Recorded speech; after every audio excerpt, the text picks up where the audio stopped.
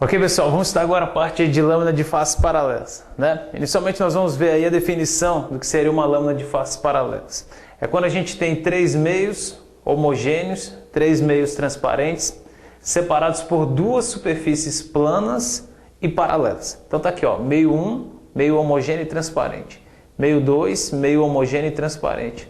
E o meio 3, meio homogêneo e transparente. Perceba que esses três meios, eles são separados por duas superfícies planas. Está aqui a primeira superfície plana e está aqui a segunda superfície plana. Essas superfícies, elas são paralelas, tá certo?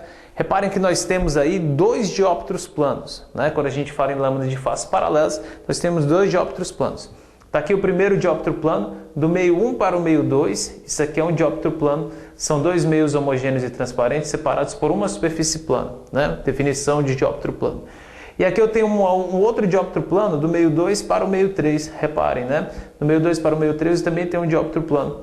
Dois meios homogêneos e transparentes separados por uma superfície plana. Então repare que a lâmina de faces paralelas nada mais é do que dois dióptros planos. Está aqui, ó, o primeiro dióptro do meio 1 para o meio 2 e o segundo dióptro do meio 2 para o meio 3. Um detalhe importante, a lâmina é este meio intermediário aqui, ó, este meio 2, né, este meio intermediário para a gente é o que a gente vai chamar de lâmina, tá?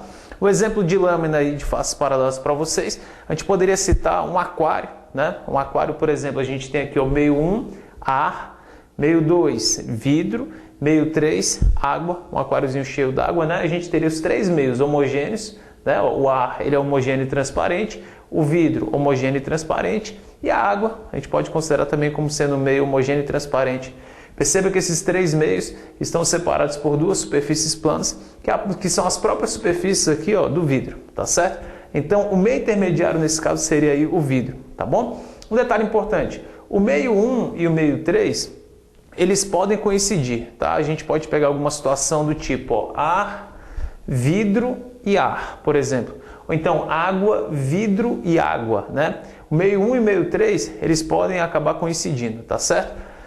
Eu poderia pegar uma situação do tipo vidro, ar e vidro, né? Perceba que a nossa lâmina, nesse caso, se fosse vidro, ar e vidro, a nossa lâmina é uma lâmina feita de ar. A espessura da lâmina, este é aqui, ó, este é aqui, representa pra gente a espessura da lâmina. Então essa distância entre essas duas faces, né, é o que a gente vai chamar de espessura da lâmina, tá certo? Se for, por exemplo, ar, vidro e ar, a nossa espessura seria a espessura do vidro, no caso, tá? Sem muito problema. Perceba que a gente vai ter um raio aqui incidente. Esse raio incidente ele vai passar do meio 1 para o meio 2, ou seja, ele vai sofrer uma refração.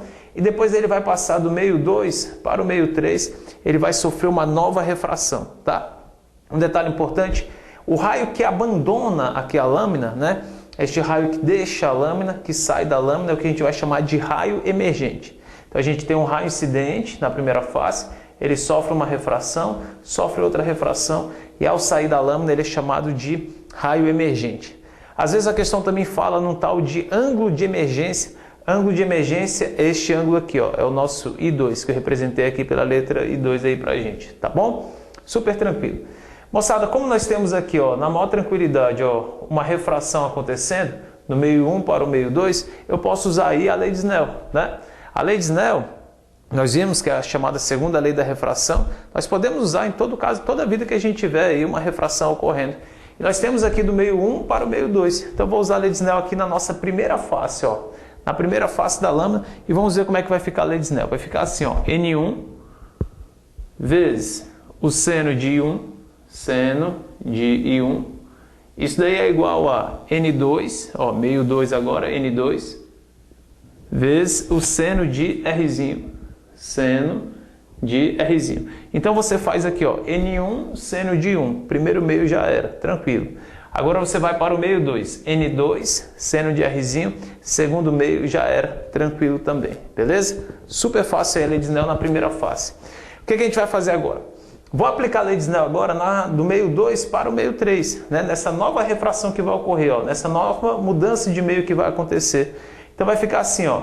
Perceba que este ângulo aqui, ó, que ele não me deu, eu posso chamá-lo de Rzinho, é o mesmo Rzinho aqui de cima. Aí você pergunta por quê? Porque eles são alternos internos, ó. Perceba aqui, ó. Esta reta, ela forma com a vertical um ângulo Rzinho.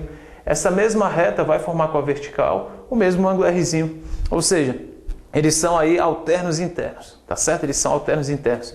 Então, numa lâmina de faces paralelas, a gente pode afirmar que esses dois ângulos, eles serão sempre iguais, tá? Toda a vida, numa lâmina de faces paralelas, estes dois ângulos aqui, eles vão ser sempre iguais, tá certo? E aqui eu posso aplicar a lei de Snell novamente, ó, do meio 2 para o meio 3. Então, fica assim, ó, N2 vezes o seno de Rzinho, seno de Rzinho. Isso aqui é igual a N3, meio 3 agora, seno de I2, seno de I2, numa boa, tá bom? Então, N2, seno de Rzinho, meio 2, já era. N3, seno de I2, meio 3, já era, tá certo, pessoal? Então, perceba aí que a gente pode aplicar essa lei de Snell aí na maior tranquilidade, tá certo? Na maior tranquilidade. Um detalhe importante, ó. Aqui só a título de curiosidade e tal, este ângulo aqui ele é chamado de ângulo de incidência na primeira face, ângulo de refração na primeira face. Aí nem é uma novidade, super fácil. Aqui tem um negócio que eu vou falar para vocês que pode parecer estranho, mas eu fiz de propósito, tá? Porque isso aqui vai facilitar aqui o entendimento, ó. Esse Rzinho aqui, ele pra gente é o ângulo de incidência na segunda face. Aí você está se perguntando, peraí, Rzinho, ângulo de incidência, isso parece estranho, mas está certo, pessoal, perceba, ó, este raio aqui, ó, ele está incidindo na segunda face, e se ele está incidindo na segunda face, se ele está chegando na segunda face, este R aqui é chamado de ângulo de incidência, por mais absurdo que pareça, tá? E ao sair, ao deixar aqui, ao sofrer a refração, este I2 também, por mais absurdo que pareça, ele também é chamado de ângulo de refração na segunda face. Então, meu I2 ele é chamado de ângulo de refração na segunda face, mas também ele pode ser chamado também de ângulo de emergência, já que esse raio aqui, esse raio refratado na segunda face, ele é chamado de raio emergente. Então, este ângulo aqui também pode ser chamado de ângulo de emergência ou ângulo de refração na segunda face, tá? Então, perceba, nós temos uma incidência, ângulo de incidência. Nós temos uma refração, ângulo de refração. Lembrando que a refração é quando a luz, ela muda de meio material, tá certo? Ela muda de meio material, nós temos uma refração ocorrendo. Tem uma coisa que eu tenho certeza aí que vocês estão doidos para perguntar, né? Só que vocês não podem e tal. Mas é o seguinte, ó. Vocês estão doidos para falar assim, mas o meio 1 e o meio 3, eles são sempre iguais? Não, eu já chamei a atenção de vocês para isso. Nem sempre, galera, o meio 1 e o meio 3 vão ser iguais. A gente poderia ter, como eu falei, ar, vidro e ar. Seria uma situação onde eles são iguais.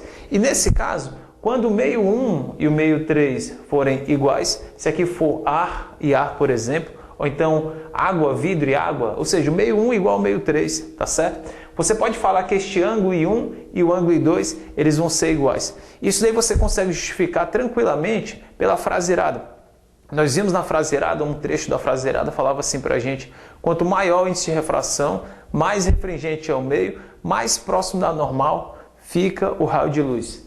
Perceba que se o meio 1 e o meio 3 são iguais, eles têm a mesma refringência. Então eles vão ter que ficar a mesma distância da reta normal, ó, mesma distância da reta normal. Então se o meio 1 e o meio 3 forem iguais, este ângulo I1 e este ângulo I2, eles também vão ser iguais. E é o que eu coloquei aqui para vocês, ó. Se o N1 e o N3 forem iguais, se o meio 1 e o meio 3 forem iguais, a gente pode afirmar na maior tranquilidade do mundo que este I1 e o I2, eles também vão ser iguais, ó. Este ângulo I1 e este ângulo I2, este ângulo de incidência e este ângulo de emergência ou ângulo de refração na segunda face, eles vão ser iguais, tá certo?